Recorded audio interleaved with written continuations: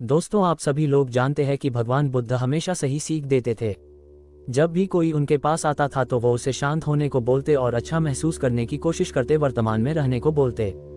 दोस्तों, ये बात उस समय की है जब भगवान बुद्ध उपवन में अपना समय व्यतीत कर रहे थे। उस समय भगवान बुद्ध की प्रसिद्धि दूर दूर तक फैल चुकी थी। बहुत दूर दूर से लोग अपनी चिंताओं और परेशानियों का समाधान खोजने भगवान बुद्ध के पास आते थे। दोस्तों, तो चलिए वीडियो शुरू करते हैं और आप भी हमारी वीडियो को लाइक करके और चैनल को सब्सक्राइब कर दें। दोस्तों, एक दिन जब भगवान बुद्धा उपवन में अपने शिष्यों को प्रवचन दे रहे थे तो एक अधेड़ उम्र का व्यक्ति अपने 14 वर्ष के पुत्र को अपने साथ लिए बुद्धि की तरफ चला आ रहा था। उसके पुत्र का नाम संजय था। जब वह व्यक्ति अपने पुत्र संजय को लेकर प्रवचन स्थल के पास पहुंच गए तो भगवान बुद्ध ने एक नजर उन पर डाली और उन दोनों लोगों को इशारे से बैठने के लिए कहा। जब प्रवचन समाप्त हो गया और सभी लोग वहां से चले गए तो बुद्ध ने उस व्यक्ति को और उसके पुत्र संजय को अपने पास बुलाया और बैठने के लिए कहा। वहां चारों तरफ हरियाली छाई हुई थी। मौसम बहुत सुहाना था और तरह तरह के पक्षियों की आवाजें गूंज रही थी। ऐसा नजारा देखकर उस व्यक्ति को अंदर से असीम शांति महसूस हो रही थी। इसके बाद बुद्ध ने उस व्यक्ति से आने का कारण पूछा तो इस पर व्यक्ति ने कहा, है महात्मा बुद्ध, मैं 2 दिन की लंबी यात्रा करके अपने पुत्र को आपसे मिलवाने लाया हूँ। यह मेरा इकलौता पुत्र है। इसका नाम संजय है और ये हर समय थका थका रहता है। ऐसा लगता है जैसे इसके अंदर कोई जान ही नहीं है, कोई प्राणी नहीं है। इसका स्वभाव भी काफी चिड़चिड़ा हो गया है। अगर हम इससे कुछ भी कहते हैं तो ये हमारी छोटी छोटी बातों पर गुस्सा हो जाता है। इसके देखने की क्षमता भी उम्र से पहले ही कमजोर हो गई है और इसके बाल भी सफेद पड़ने लगे हैं। इतनी कम उम्र में इतनी बड़ी उम्र का लगना मुझे तो कुछ समझ नहीं आ रहा। किसके साथ हो, क्या रहा है? हे महात्मा बुद्ध, मैं अपने पुत्र के स्वास्थ्य को लेकर बहुत चिंतित हूँ। जब मैं अपने पुत्र संजय को वैद्य जी के पास लेकर गया तो उन्होंने कुछ औषधि दी और कहा अपने पुत्र को तनाव कम करने के लिए कहो। वो अपने दिमाग में बहुत अधिक तनाव लेता है, इसलिए उसकी ऐसी हालत हो गई है। लेकिन मुझे उनके बहुत समझाने के बाद भी तनाव का मतलब समझ नहीं आया। मुझे नहीं पता कि तनाव होता क्या है, ये किन कारणों से आता है और उसे कैसे अपने पुत्र के दिमाग से निकालूं। लेकिन मुझे सबसे पहले तो ये समझना है कि तनाव होता क्या है। इसीलिए तथागत बुद्ध, मैं आपके पास आया हूँ। कृपया आप मेरी समस्या का समाधान कीजिए। ये सुन बुद्ध उसके पुत्र को बड़े ध्यान से देखते हैं, उसके चेहरे को देखते हैं, उसकी आंखों को देखते हैं और फिर उसके हाथों की नब्ज को भी देखते हैं। ये सारी विधि करने के पश्चात महात्मा बुद्ध उस व्यक्ति से कहते हैं, तनाव लेना तो कोई नहीं चाहता, लेकिन फिर भी ये तनाव लोगों के दिमाग को दीमक की तरह पकड़ लेता है और व्यक्ति जान भी नहीं पाता कि वह तनाव में जी रहा है। लेकिन अगर व्यक्ति तनाव के कारणों को अच्छे से समझ लेता है और तनाव के बारे में कोई ऐसा पैमाना बना लेता है जिससे वह जान सके कि वह कितने तनाव में है, तो वह इस समस्या का समाधान भी खोज सकता है। सबसे पहले तो तुम ये समझो कि तनाव होता क्या है। जब भी कोई व्यक्ति कोई काम कर रहा होता है लेकिन उसका मन कहीं दूर भटक रहा होता है, कल्पनाओं में होता है, तो उसके शरीर और मन के बीच एक दूरी पैदा हो जाती है। ये दूरी जितनी अधिक होगी, व्यक्ति उतनी ही ज्यादा बेहोशी की अवस्था में होता है और शरीर व मन के बीच की इसी दूरी, इसी खिंचाव को तनाव कहा जाता है। आखिर कोई पसंदीदा खेल खेलने के बाद व्यक्ति चुस्ती और प्रसन्नता से क्यों भर जाता है, जबकि उसने तो अपने शरीर को थकाया है। क्योंकि जो खेलते समय मन और शरीर एक साथ पूरी तरह से उस खेल में केंद्रित होते हैं, जिससे शरीर और मन के बीच दूरी पैदा नहीं होती और कोई तनाव पैदा नहीं होता। और अगर दिमाग में कोई तनाव था भी तो वो भी दूर हो जाता है।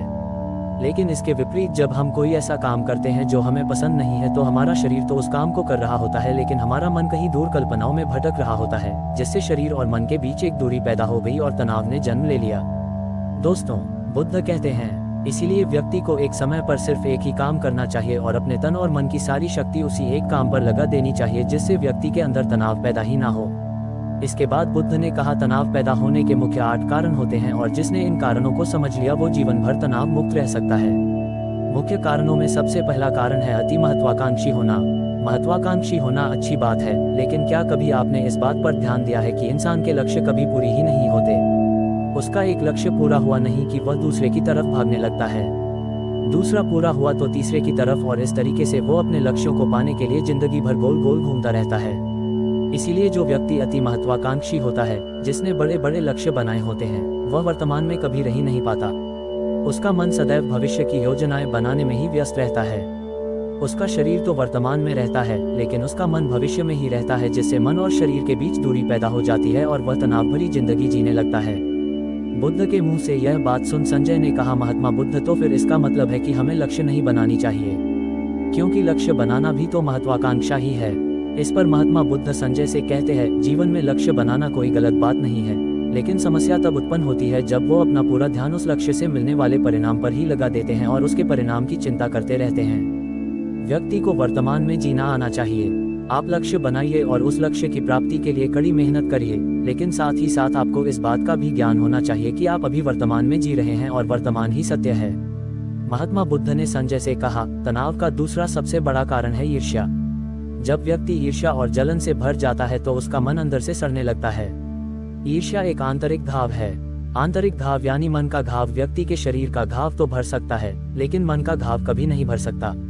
इसीलिए व्यक्ति को दूसरे की खुशी और तरक्की से कभी ईर्ष्या नहीं करनी चाहिए, क्योंकि तनाव का कारण है।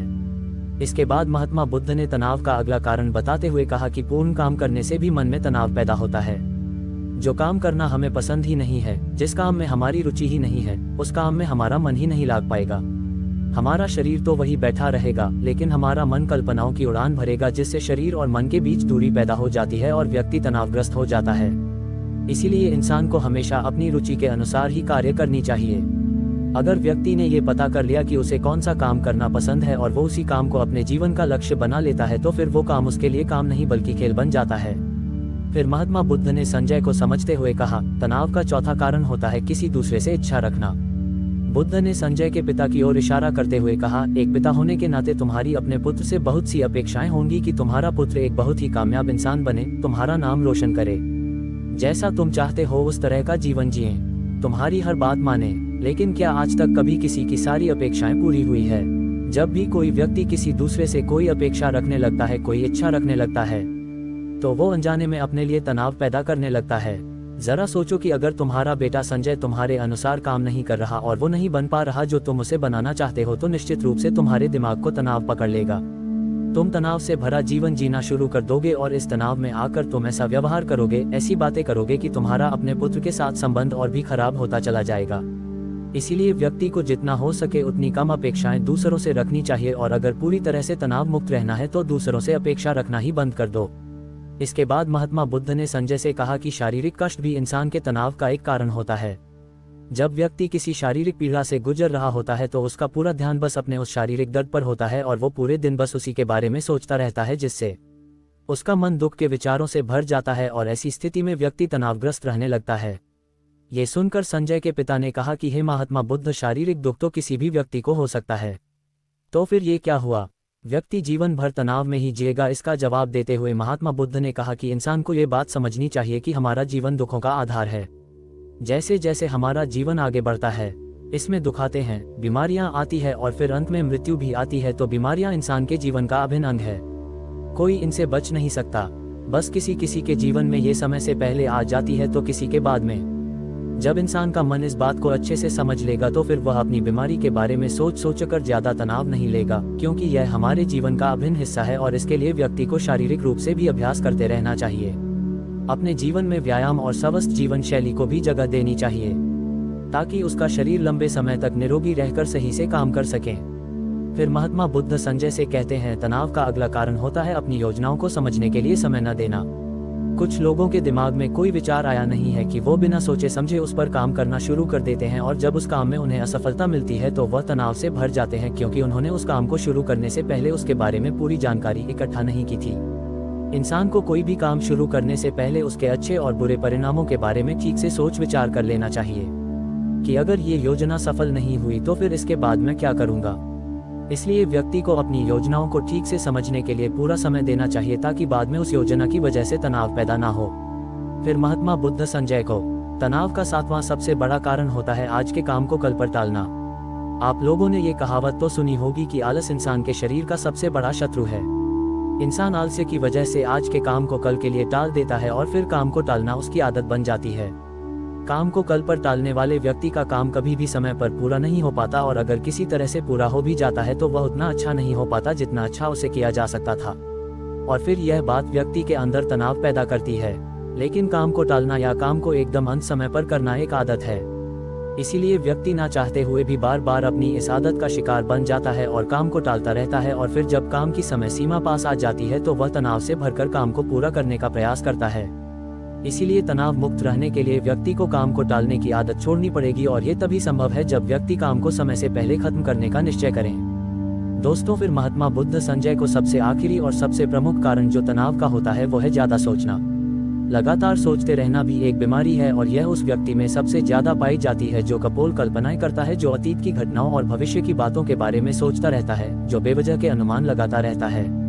इसीलिए व्यक्ति को ज्यादा सोचने की आदत पर लगाम लगाना चाहिए। इसके लिए जितना हो सके खुद को काम में व्यस्त रखना चाहिए और हर दिन ध्यान का अभ्यास करने को अपने जीवन का हिस्सा बना लेना चाहिए। बुद्ध के मुंह से यह सारी बातें सुनकर संजय के पिता ने हाथ जोड़कर कहा, महात्मा बुद्ध, मेरा पुत्र संजय तो अभी मात्र 14 वर्ष का ही है और इसमें अभी इतनी समझ भी नहीं है कि यह आपकी बताई सारी बातों का एक साथ पालन कर सकें। आप कृपया करके तनाव मुक्त रहने का कोई आसान सा तरीका बता दें जिससे मेरा बेटा संजय उसका अनुसरण भी कर सके और तनाव मुक्त भी रह सके। उस व्यक्ति की यह प्रार्थना सुन महात्मा बुद्ध ने कुछ सोचते हुए कहा कि अगर तुम इतनी सारी बातों का पालन नहीं कर सकते तो इसके लिए एक बहुत ही आसान विधि है।